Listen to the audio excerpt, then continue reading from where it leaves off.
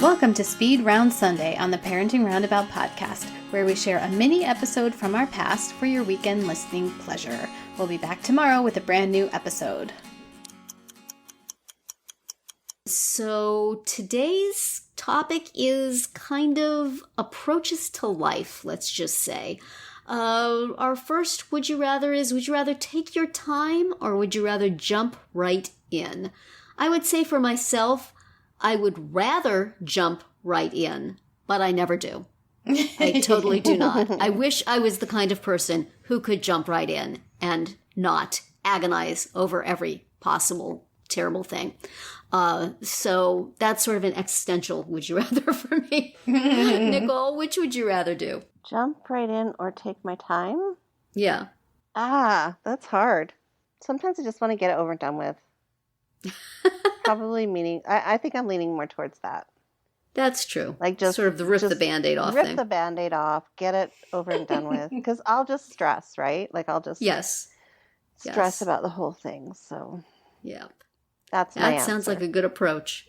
Mm-hmm. That is typically my approach to as many emails as I can. Like as soon as it hits my inbox and it's like, your child's lunch account is low or, you need to sign up for this or that. I'm like, I'm just doing it. That is a good idea. Just do it. And then I can file that email and it is not sitting there anymore. Right. And my daughter's school, my daughter's high school is constantly sending emails like, in a week, you should sign your kid up for the ACT prep class. Like, just tell me the day before because I have to sit here and stare at this email for a week and a half until the time comes that I can actually do something about it. You need that feature in your email that lets you snooze it. Right? I know. I like that. I like that very much. They will send another one. They totally will. Right. So I should just delete it and know that they'll send another one. But I can't do that. Yes. I can't trust them to do that, so I'm not going to.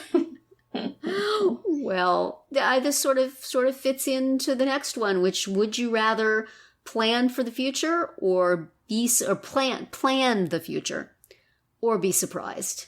For myself, I would say I would rather be the one who is surprised rather than the one who has to do the planning. And yet, again, I find myself in the position of having to do the planning. So if somebody else in my life would take on the plan the future part, I'd be totally up for being surprised, man. That'd be fine, but it ain't going to happen.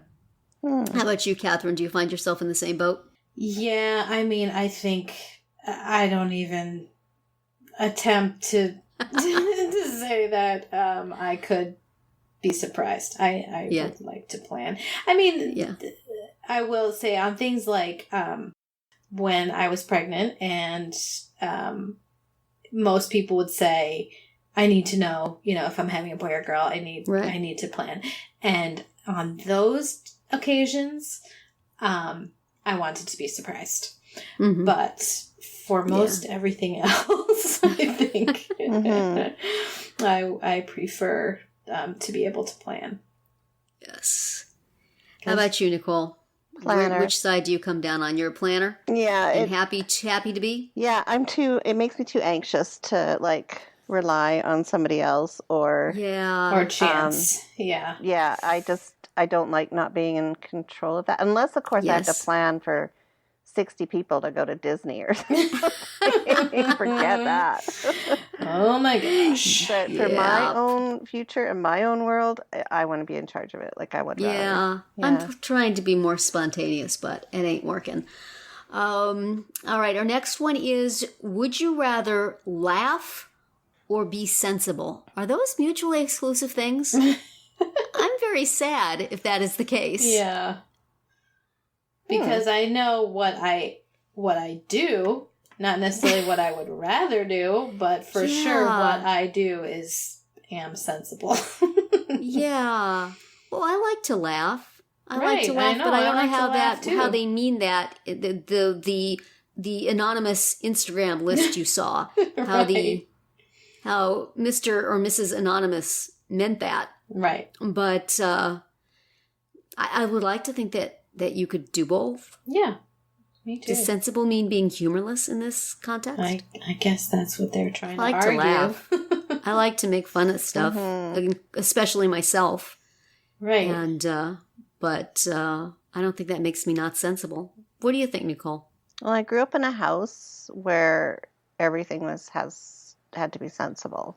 And there was no laughter?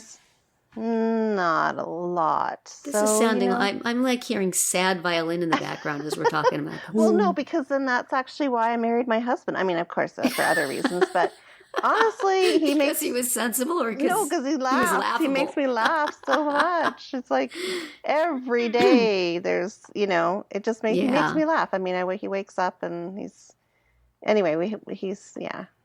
yes, definitely laughter is good. Laughter is great, especially for a relationship. Yeah. So, yeah. Definitely. Laughter. Did you answer that one, Catherine? Yeah, I said that. Yeah. Right. I was like you. Okay. Well, and then speaking of laughter versus being sensible, this last question is just a gimme for Nicole, but we'll do it anyway. Would you rather never eat chocolate again or never eat a vegetable again? I think for Nicole it should be it should be the alternative to eating chocolate should be like, would you never eat a vegetable? If you didn't eat vegetables, you could never eat chocolate. Would you eat the vegetable? Anyway, the question is... Oh, yeah, I see, yeah. Would you rather never eat chocolate again or never eat a vegetable again? Come on. Do I have to say it? Anybody who's ever listened to this podcast knows what Nicole's... the answer. It doesn't specify what kind of chocolate, though. But still. Yeah.